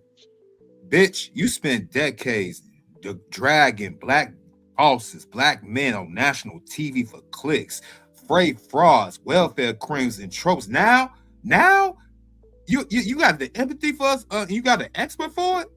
Hell, you know what? It must be them DNC checks clearing out. You know what I'm saying? They must be drying up. You know what I'm saying? With this weak ass psyop they got right here, bro. I swear to God, yo. Look at the audience though. The audience was stacked fringe voices of the edge of the so-called Rainbow Mafia. The Rainbow Mafia spectrum dominating the mics, turning straight men problems into a therapy session for performative allyship. Galloway admits anger is the only allowed male emotion, right? So I'm angry, Mr. Galloway. I'm angry that you got and trying to represent yourself as a masculine man and you on your damn third fucking marriage. Crossing your man, he crossing his legs so damn hard, he making my nuts hurt. What the hell? These liberals and everybody want to go ahead and start preaching about self-love, risk-taking, as if the real barriers are the cultural landmines liberals like him had helped plant. Like Title IX, overreach, endless constant seminars, and a media machine that paints every straight guy a glance as a predator. And Oprah, like I said, the woman who built an empire airing dirty laundry, often pinning it on men, especially black men. She's been parading for ratings ever since the 80s and 90s. You know what I'm saying? Now, with this old freight hoax and everything, her endless strong black woman tropes is basically even all her so-called supporters are all lonely with wine and cats now, right?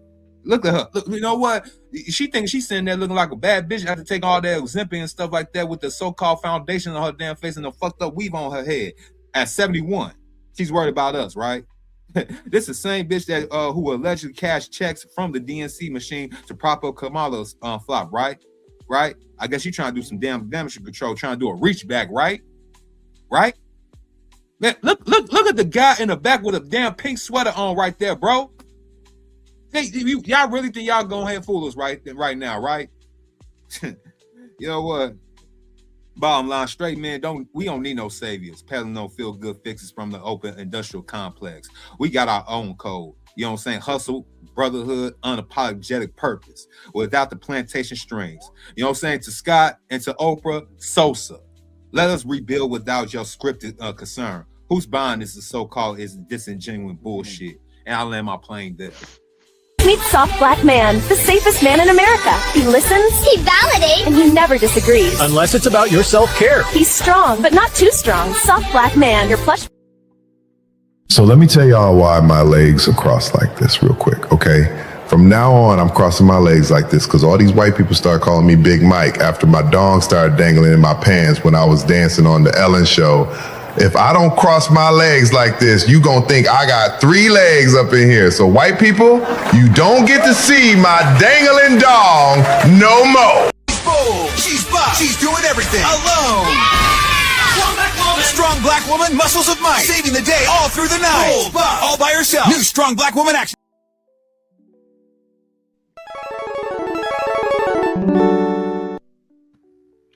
All right, so that's all yours, Playboy. I'll say this. This is most definitely, in the words of your boy, Mr. O. It is an image thing so that people can make the sort of mental connection. And she's lending her time and credibility to obviously fruit mongers, simps, and weirdos. You start seeing, if I'm not mistaken, Kamala jump into the fray, and Stacey Abrams, and this all like recently, and this is all done just so that people can have on the record, oh, I did this, that, and the third for black men. But obviously, there's no outcomes to show any sort of impact. It's self-interested, and they're really taking notes here just so that they can spread all this shit out throughout their machine and push these talking points. So we need to double down on some of the harmful stuff she's done, and a few other people. Strangely enough, if I'm not mistaken, was it Halle Berry came out against, was it Gavin Newsom? Yep. For a menopause act. Like what the hell is we doing? So all these figures is gonna have their turn. People are tired of the arrogance. People are tired of, all these sorts of mechanisms of social control and engineering and stuff like that, as if we're so dumb not to actually see the play. So that's where I'm at with it. Hey, you know what? Galloway is the perfect front man. Masculinity with a hard salesman, right? This nigga spent years hyping the crisis, only to flip when the same men threatened the progressive order by voting Trump or questioning the Gone Sexual script, though, bro. Like, 1 minute he want to go ahead and ask for role models, right? Then he go ahead and rags on Elon Musk as a drugged up wannabe Nazi, unrelated rants. And then he go ahead and while pushing domesticated dudes like these right here circle around him, these domesticated ass dudes into DI drudgery. You know, it's inauthentic as hell, bro. Gen Z already told y'all we ain't going for the go along to get along, and y'all keep on trying to go ahead and brainwash them with this bull crap. We ain't going. It's over with. Sosa. Yo, you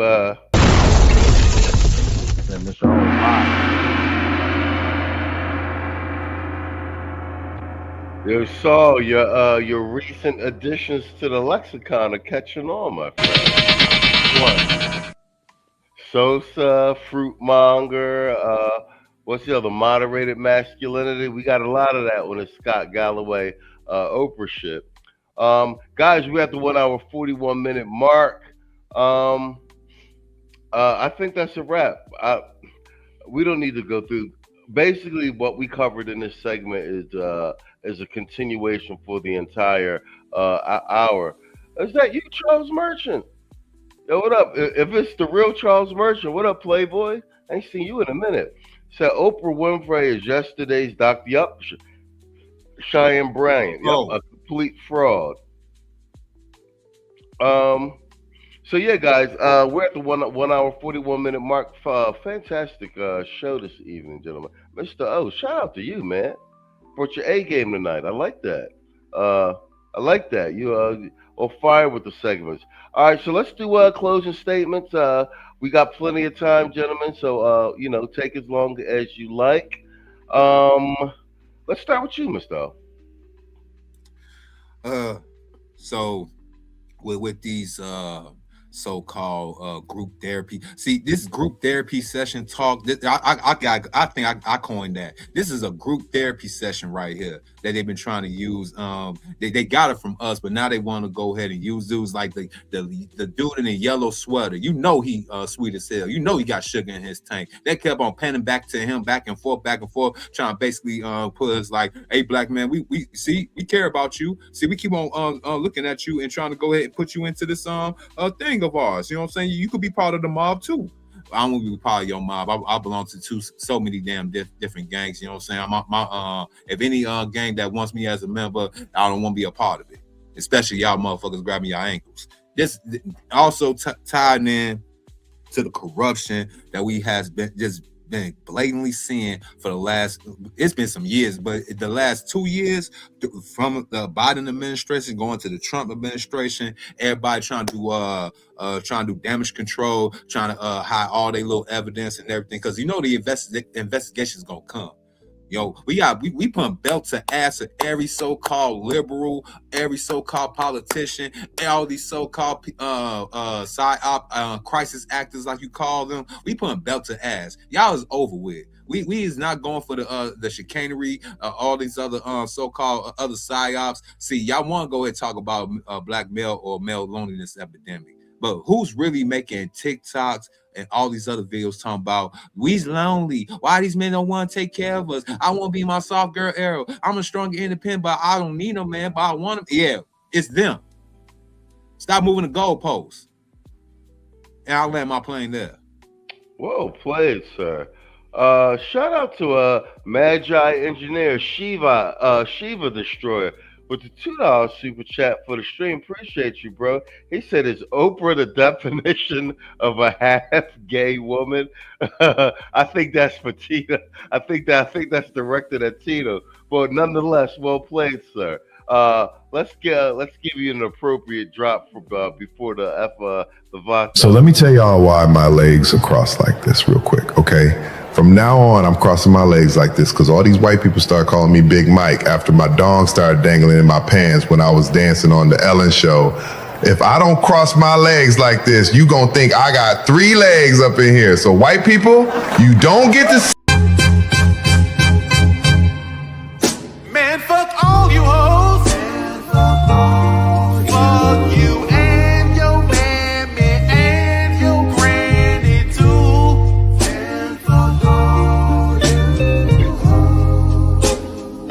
I'm sick of this shit. Fuck all you hoes. Don't give a damn, bitch, what you wanna do.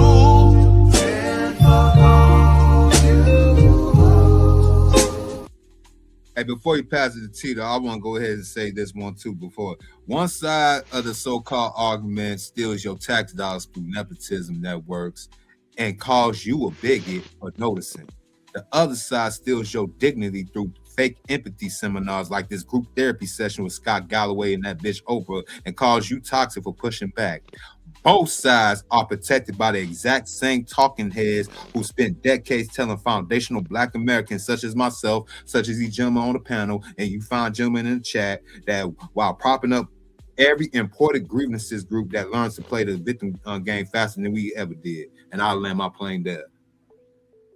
All right, well played. Once again, I will repeat it. You've been on fire tonight, Mr. O. Showing out. That motherfucking showing out. Come on, my soundboard don't want to work. It's working. We heard it. No, I had a delay on the back. Tito, that's all you, man. Take your time. All right. To answer that brother's question about is Oprah half gay? Yeah, Oprah is half gay, but she's at what I call the elite tier of half gay. Usually with half gay women, there's this anger and this animus from the fact that stems from the fact that they have penis envy and know that they will never be able to experience femininity in the way that a man does, even though they crave to, or they don't so much have penis envy from another perspective of they want to do the same things that a man does, but not necessarily the man's body. So they want to be that power dyke that pulls up in the big expensive SUV in the G-Wagon and picks up, some little petite young girl that works at Wingstop. That's the dyke that they want to be. But most of them are dyke. Too broke to be that. They're far too broke to do that. And not only that, they have to deal with men as a survival choice, and they're angry about it. That is the rank and file half gay bitch.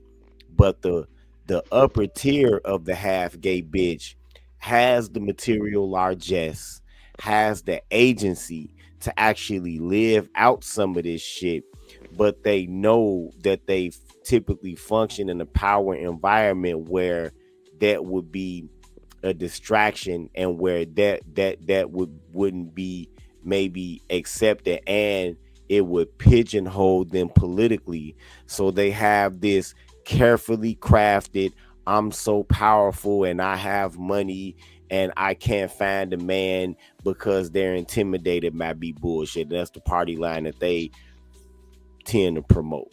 So that's the difference between the upper tier half gay bitch and the rank and file half gay bitch.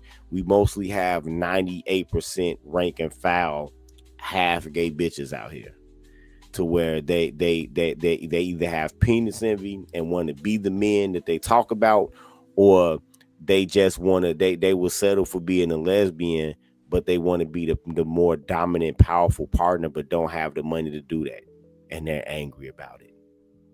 Which is why you see so much of this man hating content.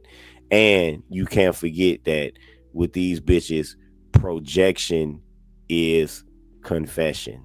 And I'll land my plane there.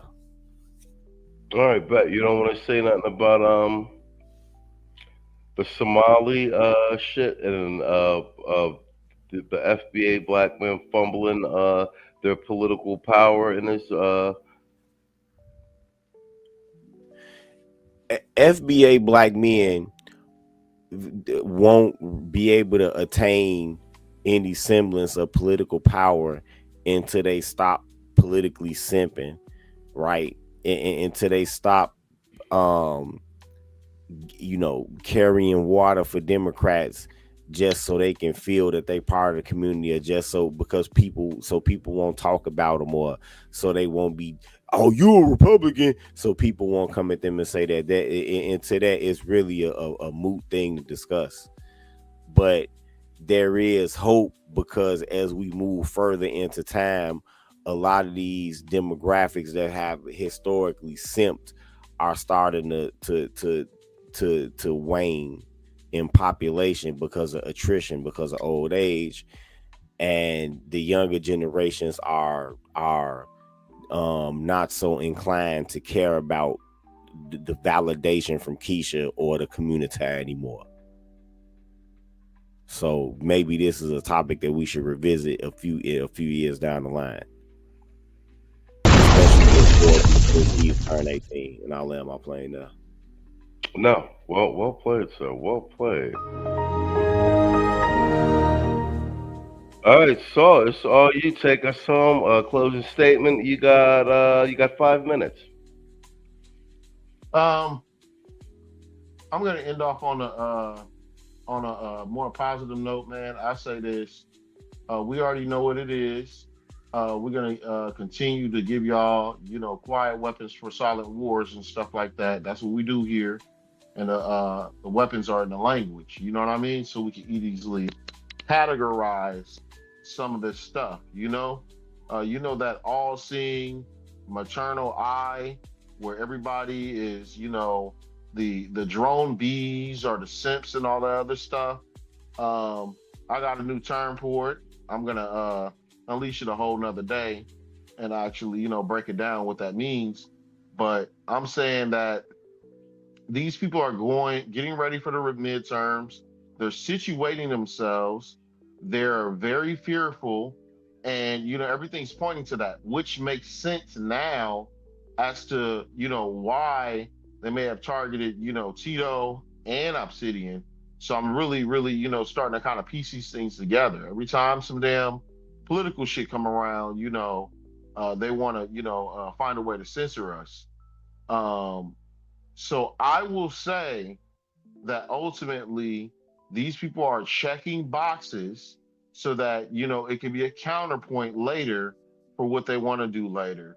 And we need to just continue to spread the information and have a foothold on these men as they're listening now. You know what I mean?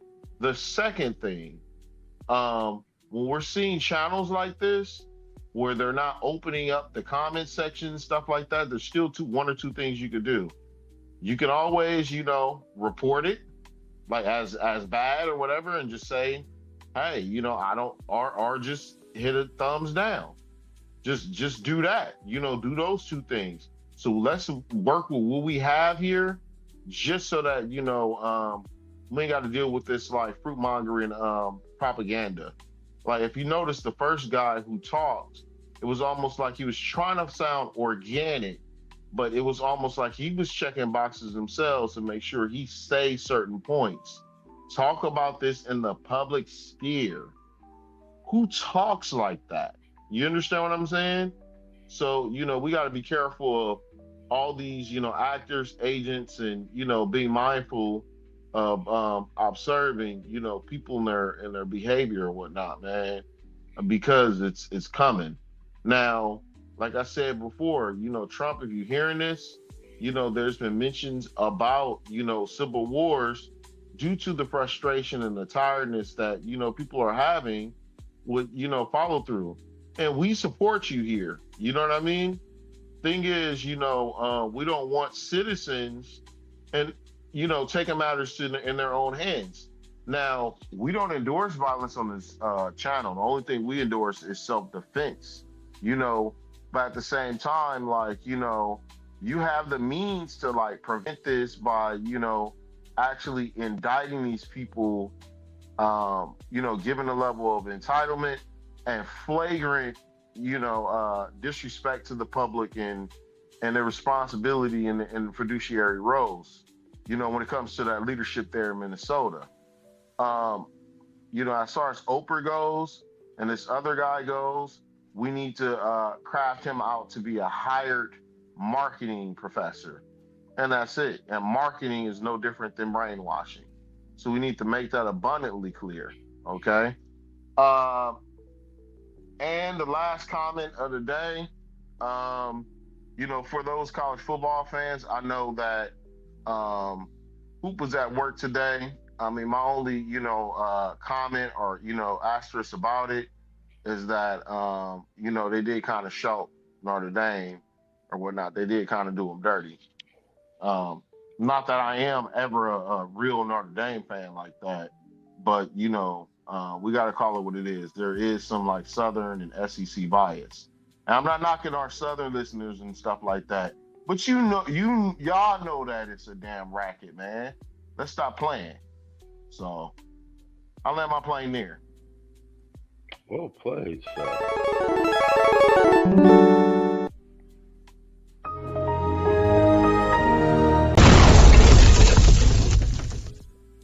All right, that's a wrap. We're at the 1 hour 56-minute mark. Man, I want to thank my panel, man, showing up diligently every Sunday. This is season 9. I believe this is episode 4 or 5. Sorry for me to fucking keep track at this point. Everybody showed up great tonight. It was a really good conversation. Actually, shout out to you, Mr. O. You brought your A game tonight, man. Appreciate it, Machismo. Yeah, and I don't care if you had Grok assistance. You had me go in the first one. I was like, man, this nigga's killing this shit. Then I was like, oh, hold on, he's reading so. But no, you showed out good tonight. I just use it for bullet points. Everything else was just off the dome. Yeah, I could tell. I was like, okay. Shout out to Tito, man. We doing some secret squirrel shit right now, but to find him here every Sunday. Buy the book. What are we saying? We're recalibrating, recuperating, and we'll be back in business.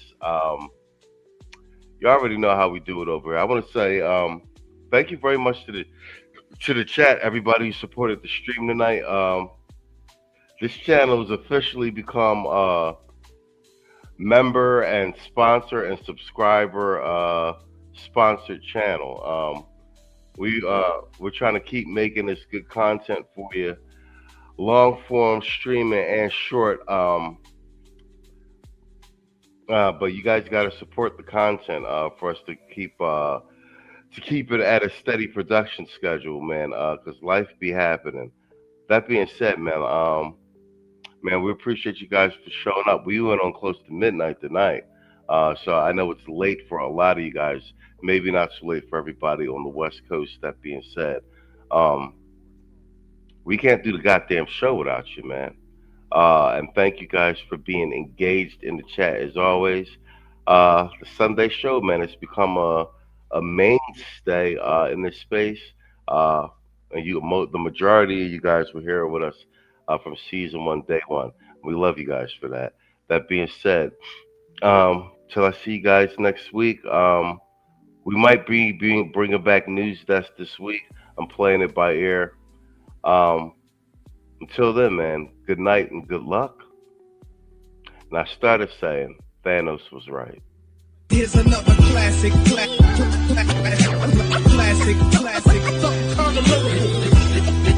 definition of hip hop. Here's another classic.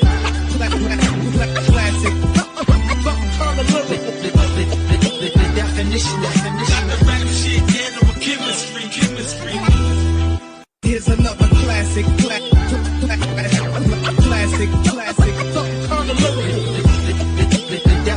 Sorry. Hey, where's Stewie? That's tomorrow, and that is it for us today. Okay, I don't know. Whatever it is, it's not right on the teleprompter. There it is. We are going to do Sting, yeah. There's no words there. To play us out. What does that mean, to play us out? To end the show? Yeah. All right, go. In 5, 4, 3. That's tomorrow, and that is it for us today, and we'll leave you with a... I can't do it. We'll do it live.